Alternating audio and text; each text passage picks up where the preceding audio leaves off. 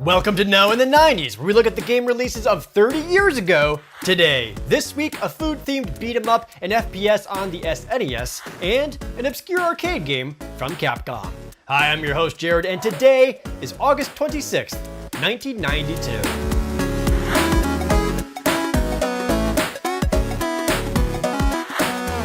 An obscure handheld with an even more obscure game.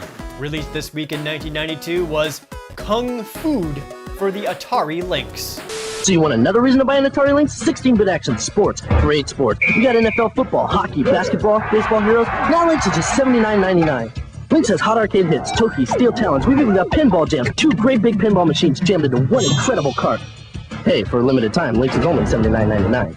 Over 4,000 colors on the largest portable video screen available. So get your shoes on, run to the store. You know you want a Lynx. The most fun you can hold in your hands. Lynx by Atari.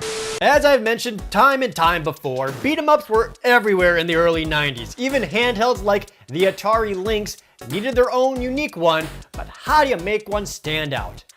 By making it food-themed. Kung Food has you playing as a scientist, shrinking himself down to defeat mutated vegetables inside of his own freezer. This means punching carrots, tomatoes, peas, and some I'm not even entirely sure on. You'll look like a super naked jolly green giant, only little. Gameplay is as straightforward as a beat-em-up can get. Slowly walk to the right, punch and kick everything that comes your way. I will give the game credit at least. You can duck and do crouching attacks. Along the way, there are tons of health restoring power-ups and plenty of extra lives. This makes it a very simple, very easy playthrough and quick to beat. You can finish the entire game in only 30 minutes. Although I almost prefer dying on purpose because on the game over screen, the jolly green giant melts into a giant jolly skeleton. It sure is a game.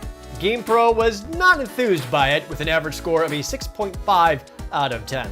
They did at least say that they were impressed by the game's graphics, which honestly isn't too shabby for a development team of 2 guys. The ending teases a potential sequel that would never come. In a historical moment, this week the Super Nintendo got its first ever first-person shooter game.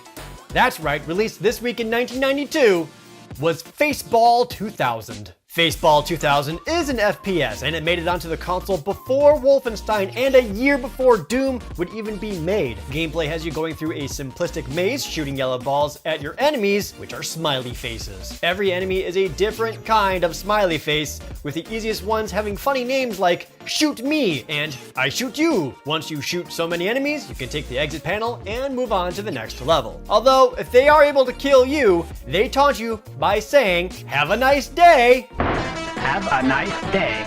Ooh, I hate that, you son of a bitch. On its surface, Faceball 2000 seems like a boring, rudimentary shooter with not the greatest frame rate. But this existing on the SNES at this time is a pretty big deal. This was able to obtain a proper 3D maze a full year before the existence of the FX chip, which was used to power future 3D SNES games like Star Fox and Doom. It's also a port.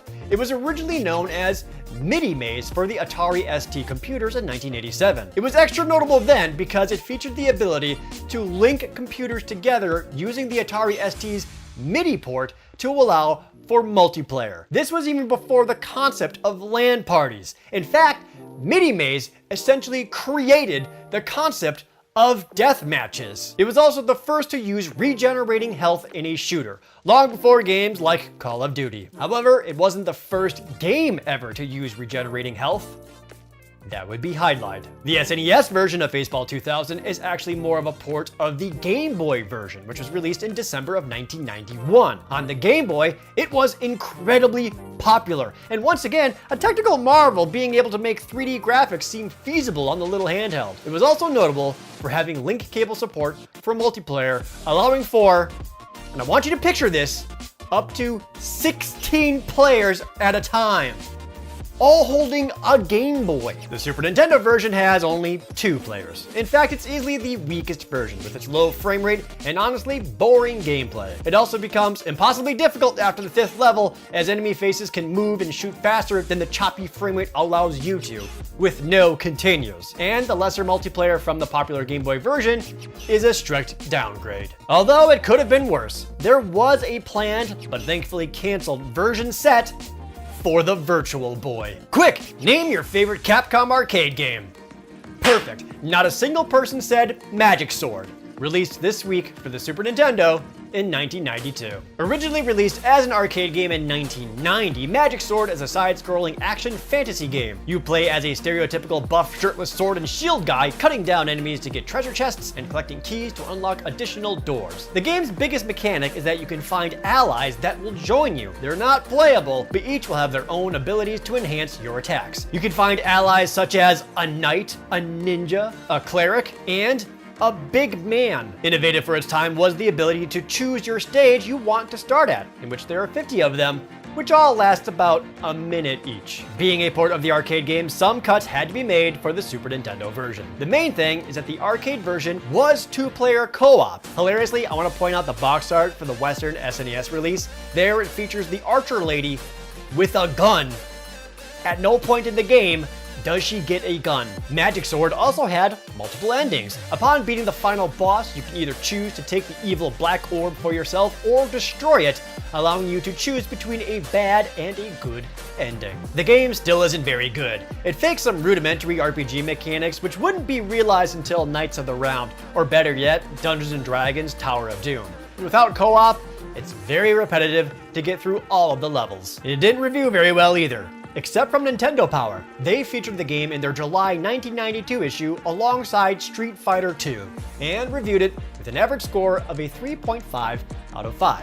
UK magazine Superplay awarded it a 58%, stating, "An awful game, basically." For whatever reason, in 2010, Capcom released Final Fight Double Impact, a port of Final Fight for the PlayStation 3 and Xbox 360. And I guess the Double Impact part is that the only other game on that collection is Magic Sword. And with the rest of the releases this week, here's Editor Dylan.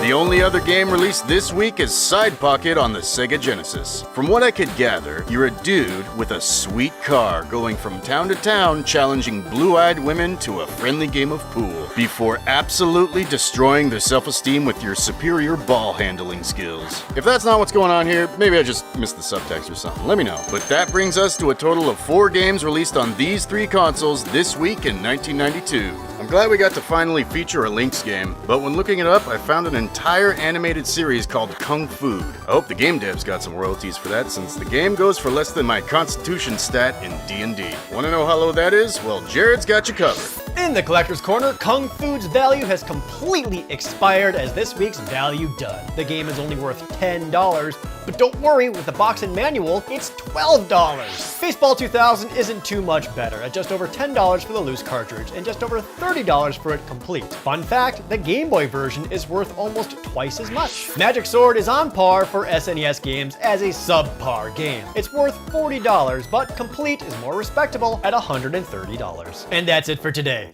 Next week, a gorgeous shooter on the SNES, a game based on a magazine comic, and one of the most popular Mario spin-off titles ever made. I'm Jared, and this was Now in the 90s. Thank you so much for watching Now in the 90s. Please like the video and leave a comment down below, and subscribe if you haven't already. And if you already are a subscriber, thank you so much for watching this every single Friday. Did anyone ever actually play Faceball 2000, especially on the Game Boy? I saw magazine advertisements for it everywhere, and then I had flashbacks 10 years later when the movie Evolution came out.